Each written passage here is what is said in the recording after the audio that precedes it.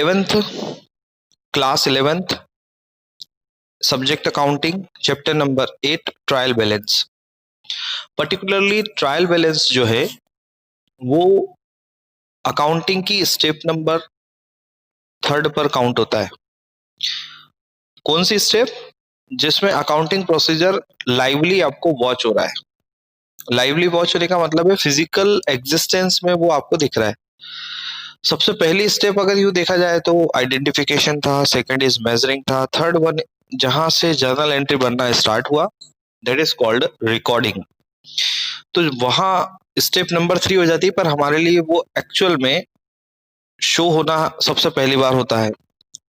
In short कि जब general entry सबसे पहली बार बनाई जाती है तो उन जनरल एंट्री में यूज किए जाने वाले जो लेजर अकाउंट्स होते हैं, ठीक है ना, डिफरेंट टाइप ऑफ अकाउंट होते हैं, उन्हें उठा करके नंबर 2 पर इंडिविजुअली सारी डिटेल को पता रखने के लिए उन अकाउंट को ओपन कर लिया जाता है, बना दिया जाता है, मेंटेन करा जाता है। और एक सिचुएशन ये भी आती है कि पर्टिकुलरली यहाँ पर इस बारे में बताया जाता है कि जो लेजर अकाउंट ओपन हो गए हैं वो कभी न कभी क्लोज भी होंगे। तो ड्यूरिंग द ईयर वो जब भी क्लोज होते हैं तो जो जिस बैलेंस के साथ वो क्लोज होते हैं वो बैलेंस का अगला स्टेप क्या है, अगला प्रोसीजर क्या है, तो उस स्टेप का अगला प्रोसीजर जो होता है वो होता है ट्रायल बैलेंस। तो जो ट्रायल बैलेंस है वो ट्रायल बैलेंस एक समरी हो जाता है जर्नल और लेजर की बनाई हुई मेहनत पर। ट्रायल बैलेंस का जब आप मीनिंग पढ़ेंगे तो उसमें जो बात मैंने अभी हाल आपको कही वही थिंग्स सामने आएंगी। ट्रायल बैलेंस एक समरी है जिसमें कि सारे लेजर अकाउंट के बैलेंसेस को उठा करके लिखा जाता है और इस बात को चेक किया जाता है कि जो लेजर और जर्नल पे वर्क किया जा चुका है वो अर्थमेटिक वे में, मैथमेटिकल वे में करेक्ट है या नहीं है। मतलब ये बिल्कुल 100% समझ लिया जाए कि ट्रायल बैलेंस जो है वो पर्टिकुलरली एक समरी के साथ साथ इस बात का कंपैरिजन भी है, इस बात का एनालिसिस भी है कि आपकी जर्नल और लेजर अगर सही बनी है तो ट्रायल बैलेंस की डेबिट और क्रेडिट साइड दोनों इक्वल आ जाएंगी। ट्रायल बैलेंस में आप क्या क्या बातें रिगार्डिंग थ्योरेटिकल पोर्शन शामिल कर सकते हैं? तो इसमें आप सभी को बॉटम पर दिख रहा है meaning and definition of trial balance. Trial balance का मीनिंग और डेफिनेशन आपको यहाँ पर वॉच हो रहा है। तो आप इसमें से बताई गई जो बात है उसको समराइज कर सकते हैं, ब्रीफ कर सकते हैं, अपने अकॉर्डिंग मार्क करके उसको कंप्लीट नोट्स बनाने के लिए काम में ले सकते हैं। ऑल दो हैंड टू हैंड मैं आपको ये भी बात बताऊंगा कि स्कूल की तरफ से आपको फॉरवर्ड हो चुके हैं सारे नोट्स, तो आप इस बात का भी ध्यान रखिए कि वो नोट्स की मदद से आप अपने जो बताए जा रहे पार्ट्स हैं उसके रिगार्डिंग अपने नोट्स कॉपी में प्रिपेयर करें। नंबर 2 थिंग इज, जैसा कि इस पैराग्राफ में एक छोटा सा राइट लगा हुआ आप देख पा रहे हैं लास्ट में, यहाँ पर इसको मैंने लास्ट टाइम जब बताया था तब मैंने कहा था कि इस पॉइंट को आप काम में ले सकते हैं in the form of meaning, यहां से टू कंक्लूड से। नेक्स्ट टॉपिक और नेक्स्ट क्वेश्चन बन जाता है ट्रायल बैलेंस की नीड क्या है, किन किन कामों में ट्रायल बैलेंस आपको मदद कर रहा है। नंबर फर्स्ट, सबसे पहला चेकिंग द अर्थमेटिक एक्यूरेसी, ये बात मैंने अभी हाल आपसे शेयर करी, एक्सप्लेन करी। Number 2 is locate the error in casting. Casting का मतलब होता है जर्नल या लेजर की बनाई गई थिंग्स, रिकॉर्ड की गई थिंग्स को अगर जब आप एक जगह से उठा करके दूसरी जगह ला रहे हैं तो ये बात को कास्टिंग करना बोलते हैं। तो आपकी जो टोटलिंग मिस्टेक है ये सामने आ जाती है, ये पता लग जाती है with the help of preparing trial balance. Similarly number 3rd point इस बात के लिए बताया जा रहा है locating the error of posting. Number 4th is locating the error in balancing. किसी भी लेजर अकाउंट को बैलेंस करते समय अगर आपने कोई गलत तरीके से उसको बैलेंसिंग किया है, रॉन्ग टोटल है, रॉन्ग बैलेंसिंग करने का प्रोसीजर है, तो वो भी आपको ट्रायल बैलेंस बता देगा कि यहाँ पर ट्रायल बैलेंस मैच होने का मतलब उसकी डेबिट और क्रेडिट साइड इक्वल नहीं आती, मतलब समझ जाइए कि कहीं ना कहीं कुछ गलती प्रीवियसली हो चुकी है। Verification of schedule of debtor and creditor, इस बात को आप ट्रायल बैलेंस बना करके पता कर सकते हैं कि अब पूरे साल भर का बिजनेस करने के बाद हमें कितने डेटर्स हैं बिजनेस में जिन्हें पे करना है, सॉरी रिसीव करना है जिनसे अमाउंट, और क्रेडिटर कितने हैं जिनसे हमको अमाउंट पे करना है। Next is test the adherence to double entry system. इस बात की भी परख हो जाती है इस बात का भी एनालिसिस हो जाता है कि जो हमने डबल एंट्री सिस्टम जो कि जर्नल एंट्री से शुरुआत हो गई थी, वो ट्रायल बैलेंस पर आकर के दोनों साइड का इक्वल आ जाने से ये मीनिंग निकाल लिया जाए कि हमने डबल एंट्री सिस्टम के जो रूल्स थे, जो प्रिंसिपल्स थे, उनको प्रॉपरली फॉलो किया। Useful for preparing the final account, मतलब पिछले का नॉलेज तो दिया जा रहा है कि जर्नल और लेजर को चेक करने के लिए ट्रायल बैलेंस बनाया जा रहा है, तो ट्रायल बैलेंस आ गया मिड सेक्शन में। ट्रायल बैलेंस के बाद क्या होता है? तो ट्रायल बैलेंस के बाद में किसी भी बिजनेस कंसर्न के अंदर बनाया जाता है फाइनल अकाउंट। तो फाइनल अकाउंट भी बनने का मतलब है कि ये फाइनल अकाउंट बनाने के लिए एक बेसिस है, एक बैकग्राउंड का काम कर रहा है, एक प्लेटफॉर्म का काम कर रहा है, वो कंपैरिजन मिल जाता है। Last point is useful for the comparison. पिछले साल की प्रोग्रेस को इस साल की प्रोग्रेस से ट्रायल बैलेंस 2 साल के आमने सामने रख करके आप कंपैरिजन कर सकते हैं, जिससे कि आपको आने वाले फ्यूचर के टाइम के लिए बिजनेस में डिसीजन मेकिंग बनाने में आसानी हो जाती है। नेक्स्ट टॉपिक आता है इसमें कैरेक्टरिस्टिक्स ऑफ ट्रायल बैलेंस। इसमें से एटलीस्ट 6 पॉइंट आपको कवर करना है। आफ्टर दैट आप सभी देख पा रहे होंगे ट्रायल बैलेंस का फॉर्मेट कैसा होता है। ये रहा ट्रायल बैलेंस का हेडिंग फॉर्मेट के लिए, और इसके अंदर बताया जा रहा है फॉर्मेट के जो कॉलम्स होंगे वो कॉलम होंगे, number 1 is ledger account, number 2 is LF जो कि सिर्फ इमेजिनरी बनाना है, इसका कोई प्रैक्टिकल यूज नहीं है।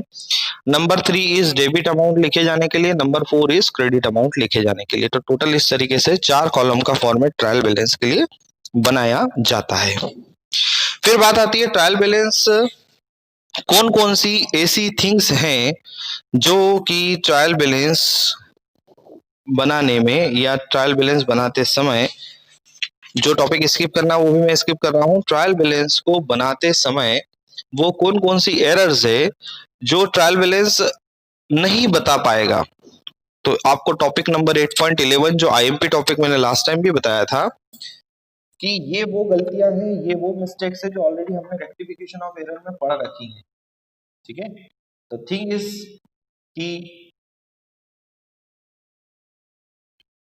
थिंग इज दैट कि यहाँ पर इस टॉपिक के थ्योरेटिकल पोर्शन को रिपीटेटिवली काम में लिया जा सकता है।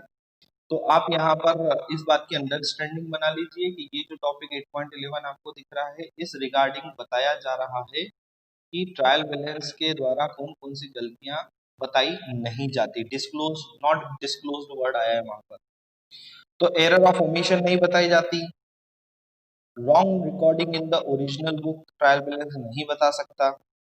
Number 3 is error of posting to wrong account, ये भी ट्रायल बैलेंस नहीं बता सकता इस तरह की गलती।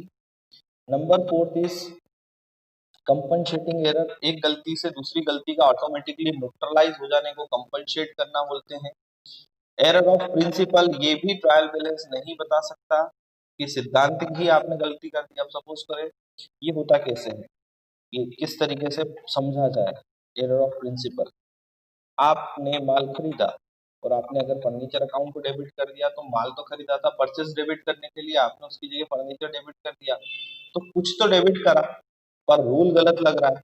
या उल्टा कर दिया, आपने असेट खरीदी है तो आपको उस असेट को डेबिट करना चाहिए, आपने असेट डेबिट नहीं करते हुए आपने डेबिट कर दिया परचेज अकाउंट, तो आपने रूल गलत लगाया पर डेबिट कुछ तो हुआ है, इसलिए ट्रायल बैलेंस तो इक्वल आएगा। पर इस तरह की मिस्टेक को एरर ऑफ प्रिंसिपल कहा जाता है। Number 6 is error of omission. आप शुरुआत से ही जर्नल एंट्री बनाने से ही किसी ट्रांजैक्शन को लिखना ही भूल गए, तो इसका मतलब ये हुआ ना तो आपने डेबिट में इम्पैक्ट दिया ना आपने क्रेडिट में इम्पैक्ट दिया, दैट मींस वो न्यूट्रल है, खत्म है। उसका आपने कोई रिकॉर्डिंग नहीं बनाया तो टिल लास्ट तक उसके कारण, उस ट्रांजैक्शन के नहीं होने के कारण कोई भी इफेक्ट शो नहीं होगा। तो इस ढंग से इस पार्ट को आपको इस वे में याद रखना है कि आपसे पूछा जा सकता है कि वो एरर्स को आप एक्सप्लेन करिए जो ट्रायल बैलेंस नहीं बता पाता। नेक्स्ट और थ्योरेटिकल पोर्शन में इस चैप्टर का ये लास्ट टॉपिक है जिसमें इस बारे में समझाया जा रहा है error which can be disclosed by trial balance. यहाँ ये पूरी लिस्ट दे रखी है, इस टॉपिक के अंदर बताया जा रहा है कि वो गलतियां जो ट्रायल बैलेंस बता देता है। ठीक है, तो दीज आर द थिंग, यहाँ से लेके यहाँ तक आपको ये जो पोर्शन देखने को मिल रहा है ये सब पढ़िए। इन बातों से रिलेटेड ट्रायल बैलेंस आपको बता देगा कि कहाँ पर समस्या है, तो आप उसका सॉल्यूशन ट्रायल बैलेंस बनाने पर कर सकते हैं। आफ्टर दिस अब मैं आपको एक डेमो क्वेश्चन भी दिखा रहा हूँ। इस डेमो क्वेश्चन में आपको पूरा जजमेंट लग जाएगा कि अकाउंटिंग वर्क कहाँ से कहाँ तक कंप्लीट होता है ना। सपोज करें किसी बिजनेसमैन की ये जो क्वेश्चन एग्जांपल नंबर 1 दे रखा है मेसर्स मुकेश ट्रेडर के नाम से। इस पूरे साल भर में देखिए आप हर महीने की डेट अलग अलग है, जनवरी से लेकर के पूरे दिसंबर तक की डेट्स है। इस क्वेश्चन में उन्होंने पूरे साल भर की डेट क्यों रखी, ताकि आपको आसानी से क्वेश्चन इस वे में मिल जाए कि जर्नल से लेकर के लेजर तक का काम और लेजर के बाद ट्रायल बैलेंस का काम कैसे किया जा रहा है। तो ध्यान दीजिए, बस हम इस पार्ट के लास्ट के उसमें है जर्नल एंट्रीज हुई, मतलब ट्रांजेक्शन हुई, ट्रांजेक्शन के रिगार्डिंग जर्नल एंट्री बनना स्टार्ट हो गई। ये जर्नल एंट्री बनना स्टार्ट हो गई और ये जनरल एंट्रीज बन रही है टिल लास्ट तक। जितनी भी ट्रांजेक्शन आपने सॉर्ट आउट की है उन सभी से रिलेटेड जनरल एंट्रीज बनाई जा रही है। तो ये जनरल एंट्रीज आपकी यहाँ पर प्रिपेयर होगी। जनरल एंट्री सारी प्रिपेयर हो जाने के बाद द नेक्स्ट पार्ट इज जितने भी नाम आपने जर्नल में ओपन करे हैं इनसे रिलेटेड लेजर बनाया गया। बुक नंबर 2 या स्टेप नंबर 2 लेजर। लेजर के अंदर एक एक करके अकाउंट ओपन किए गए। ये अकाउंट में सबसे पहला अकाउंट आपको दिख रहा है cash account. After this there are many, जितने भी नाम आपने जनरल एंट्री में ओपन करे हैं वो सब एक एक करके यहाँ पर दिखाए जा रहे हैं। फिर कैपिटल अकाउंट बना, परचेज अकाउंट बना, सुरेश एक पार्टी का नाम है उसका अकाउंट बना। आफ्टर दिस सुरेश के अकाउंट के बाद में जो अदर अकाउंट है वो आपको दिख रहे हैं। राहुल का अकाउंट एक पार्टी का नाम, ड्राइंग्स का अकाउंट, ड्राइंग्स के अकाउंट के बाद में ऐसा करते करते जितने नंबर ऑफ अकाउंट आपने जनरल एंट्री में नाम लिए वो सब अकाउंट बना दिए गए। ठीक है ना। दिलीप का account, discount allow account, salary account, जब ये सारे अकाउंट बना दिए गए देन फिर मीनिंग ये निकल करके आता है फाइनली ट्रायल बैलेंस बन रहा है। नंबर 3rd स्टेज जो आपके सामने है सभी के सामने, ये रहा trial balance number 3rd stage. इस ट्रायल बैलेंस में आप खुद देखिए, सबसे पहला कैपिटल अकाउंट, नंबर दूसरा cash account, purchase account, sales, drawing, discount, salary. ये जितने भी अकाउंट आपको विद अमाउंट दिख रहा है ये कौन से अमाउंट है वो मैं आपको दिखाऊंगा। ट्रायल बैलेंस तो आपके सामने बना हुआ दिख रहा है, ट्रायल बैलेंस की दोनों तरफ इक्वल भी आ गई, मतलब ये कि जनरल से लेकर लेजर तक का सारा काम कंप्लीट हो गया और सही वे में हो गया, ऑल ओके। अब ये जो बैलेंस है जैसे कैपिटल के अंदर आप 20,000 लिखा हुआ दिख रहे हैं, कैश में 5,010 रुपये देख रहे हैं, तो इसको समझ लीजिए कि ये कहाँ से उठा करके लाया जा रहा है, कैसे लाया जा रहा है। तो इसको अंडरस्टैंड करने के लिए आप देखिए हम दो अकाउंट पे फोकस करते हैं। एक कैश अकाउंट, ये रहा कैश अकाउंट इस क्वेश्चन का। इस कैश अकाउंट के अंदर पर्टिकुलरली इस बात को बताया गया कि कितना कैश ओपनिंग बैलेंस में दिखाया जा रहा है। तो यहाँ पर आप देख सकते हैं कि कैश के अकाउंट के डेबिट की तरफ में 5010 दिखाया गया। वही दूसरी ओर कैपिटल के अकाउंट के अंदर बैलेंस सीडी ये जो एंट्री कर रखी है इसके अंदर इन्होंने 20,000 दिखाया। तो अब आपको समझना ये है कि कैपिटल अकाउंट में क्रेडिट की तरफ है और कैश अकाउंट में डेबिट की तरफ है। तो यही थिंग ट्रायल बैलेंस में भी आप देख सकते हैं। ये रहा ट्रायल बैलेंस। ट्रायल बैलेंस में कैपिटल का नाम लिखा गया और क्रेडिट में 20,000 लिखे, कैश का नाम लिखा गया और उसमें डेबिट की तरफ 5010, मतलब जिस अकाउंट का ओपनिंग बैलेंस जैसा दे रखा है आप इस तरह से ट्रायल बैलेंस में उसको लिख देना बाकी रहता है। और आखिरी में जब दोनों तरफ का टोटल इक्वल आ गया दैट मीन्स कि ऑल ओके, कोई समस्या नहीं है। ठीक है, इस तरह से ट्रायल बैलेंस का एक प्रोसीजर कंप्लीट कर दिया जाता है। That's it for this lecture.